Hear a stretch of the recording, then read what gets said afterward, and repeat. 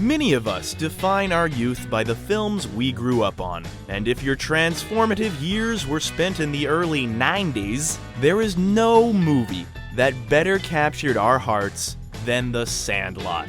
All of us 90s kids could instantly relate to this movie, even though it takes place in the 50s. The Sandlot felt like it was directly speaking to our generation, and truly captured the magic of those simpler times when life was spent outside with your friends. Released on April 7, 1993, this $7 million budgeted film would go on to gross over 5 times that, and was filled with a bunch of ragtag young actors that were so perfectly cast that it seemed like the filmmakers simply went to their local baseball field and just rolled the cameras. When watching this movie, you feel like you're a part of the team. You are one of the BFFs.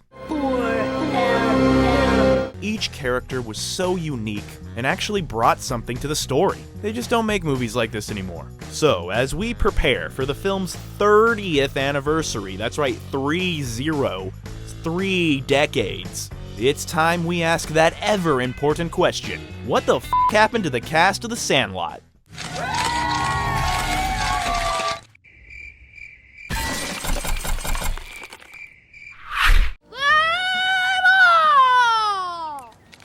But to truly understand what the f*** happened to the cast of The Sandlot, we must begin at the beginning, and the beginning began when they were all born at different times. But yeah, we gotta start somewhere, so let's begin with Victor DeMaria and Shane Obedzinski. Let's get the hardest names for me to pronounce out of the way, shall we? These two actors played Timmy and Tommy Timmons. Victor had a few credits under his belt before he joined the gang on The Sandlot, including the Tom Hanks classic, Turner and Hooch, Radio Flyer, and the Vanilla Ice classic, Cool as Ice. DeMaria would take an extended break from acting, only to reemerge in 2018 with the film Get Married or Die, as well as the 2021 film Death Rider in the House of Vampires. This actor would also launch his own podcast, because everybody does, called Vic in a Box, although there hasn't been a new episode since February 2019. And then there was Shane Obedzinski, who, after appearing in films like My Girl and Matinee, Shane would step away from acting to settle down in Brandon, Florida, and would open his own pizzeria called Times Square Pizza. The love we get from this movie is next level. It's unreal.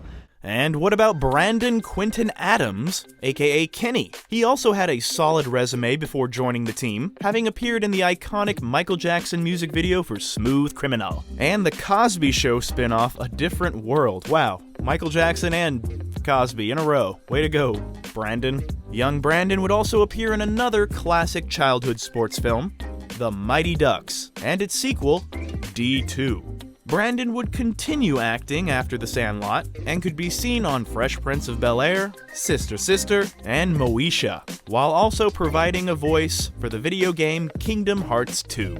Since then, Brandon Quintin Adams has started a family, and still acts occasionally, most recently in the 2021 horror film The Resort, but says that his most important job is being a father. Grant Gelt, aka Bertram Grover Weeks, would act in a few more projects after The Sandlot, including small roles on Tales from the Crypt, Saved by the Bell, The New Class, and Boy Meets World. And with a bit of weird irony, just as Bertram got really into the 60s, and no one ever heard from him again, funny enough, Brant's final on-screen appearance would be in the miniseries The 60s.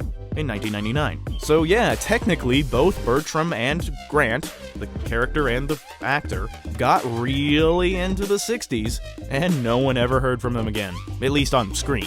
Grant would transition away from acting, moving to Nashville, where he would run a creative agency for a tech company. Bertram got really into the 60s, and no one ever saw him again.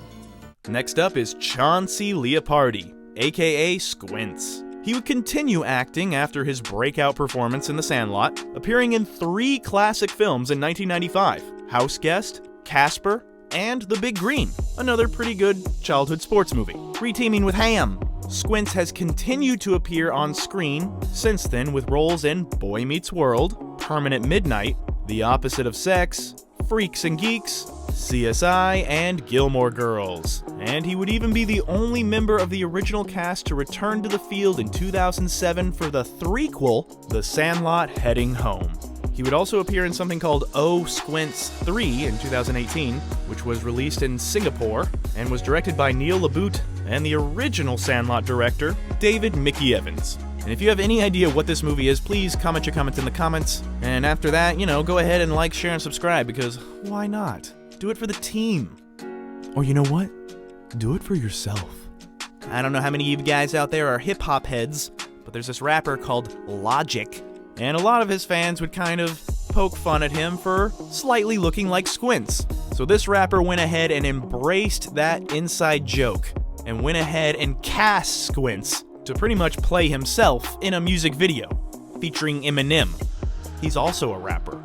But yeah, it's actually a pretty funny music video, and it's good to see Squints bust a flow, yo.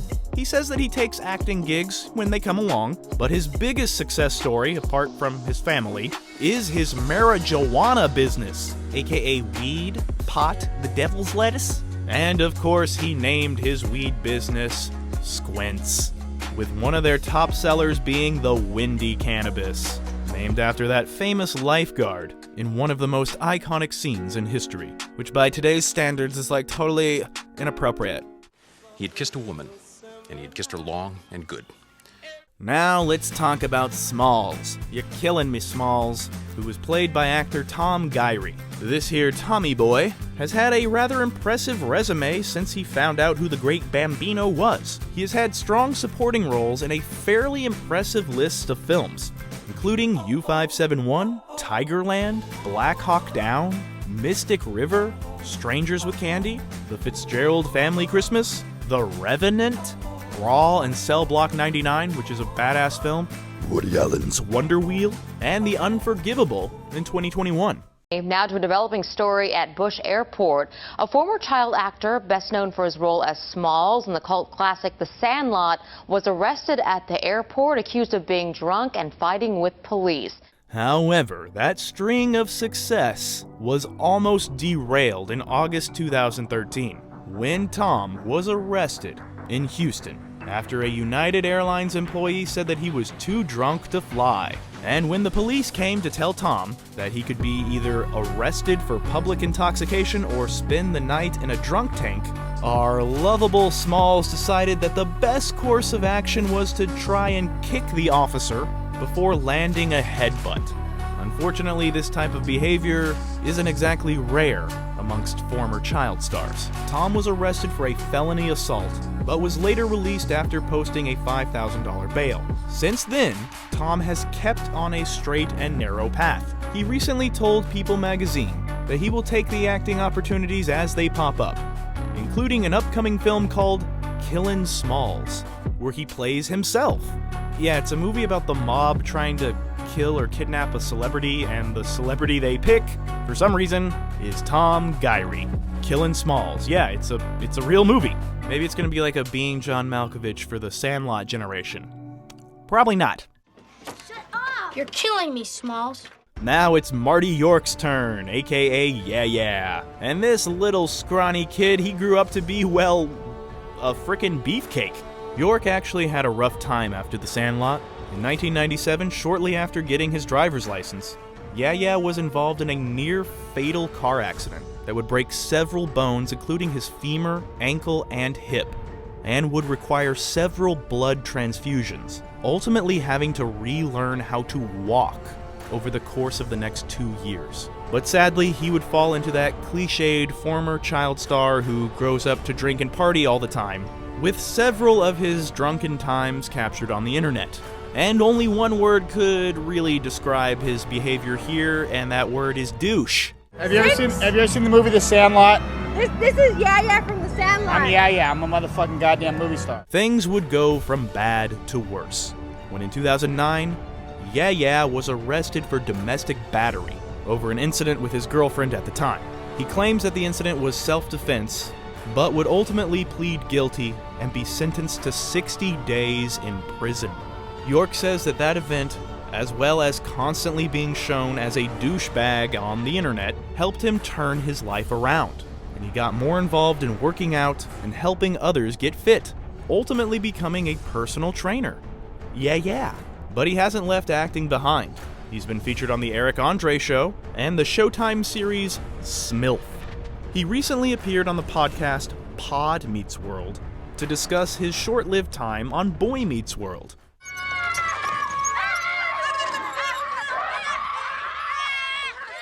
And then there was Mike Vitar, aka Benny the Jet Rodriguez. He has been the most elusive out of the cast. After The Sandlot, the Jet would appear in the Mighty Ducks sequels D2 and D3, as well as a few guest spots on NYPD Blue and Chicago Hope. And it was his guest spot on that OG Chicago-based TV series that would inspire him to give up acting and become a Los Angeles firefighter. Of course, it was as a firefighter that the Jet made his biggest headlines since The Sandlot. On Halloween night 2015, Mike Vitar and a fellow firefighter and friend suspected a man who didn't live on their street was handing out drug-laced candy to children. The Jet and his vigilante friends approached the stranger and aggressively told him to leave their street. The man refused and began filming the trio, until another man asked to see the bag of candy that he was handing out. When this suspicious man refused again, the trio attacked him and reportedly beat him quite badly. The LAPD also determined the candy contained no drugs. The three men were charged with felony assault, but charges for Benny the Jet Rodriguez were downgraded to misdemeanor assault after he agreed to plead no contest to the charges, resulting in 3 years of probation and 90 days of community service. After a suspension from the fire department, Benny the Jet Rodriguez returned to active duty and has remained on the straight and narrow ever since. However, he has opted to enjoy his private life and has not taken part in any Sandlot-related events. You know, whenever the team reunites, unfortunately, Benny the Jet is never anywhere to be found. And last, but certainly not least, perhaps the most recognizable of the original Sandlot crew. Probably because his face has become a bit of a pop cultural phenomenon recently. Yeah, that's right, this guy has reached meme status, which is the highest celebrity status one can achieve. Patrick Renna, aka Hamilton Ham Porter. He really hasn't taken much of a break since his first major role as the great Hambino.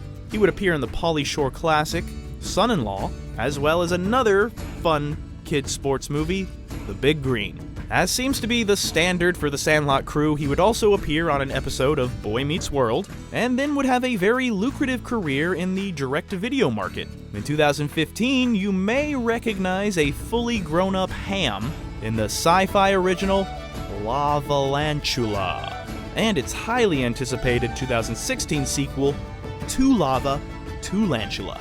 He was also featured in the short-lived Netflix series Glow. These days, you can find Patrick keeping the Sandlot spirit alive through his social media, including a YouTube channel called You're Killin' Me with Patrick Renna, where he has a series called Secrets of the Sandlot, where he would catch up with most of the original crew. And in the year 2020, Patrick, along with Dodger All-Star Justin Turner and his wife, Courtney Turner, would host a full-on Zoom reunion featuring the entire crew, minus Benny the Jet, of course. He's doing private life stuff. The reunion benefited the Justin Turner Foundation and was a great walk down memory lane, with some great little-known stories from the stars themselves.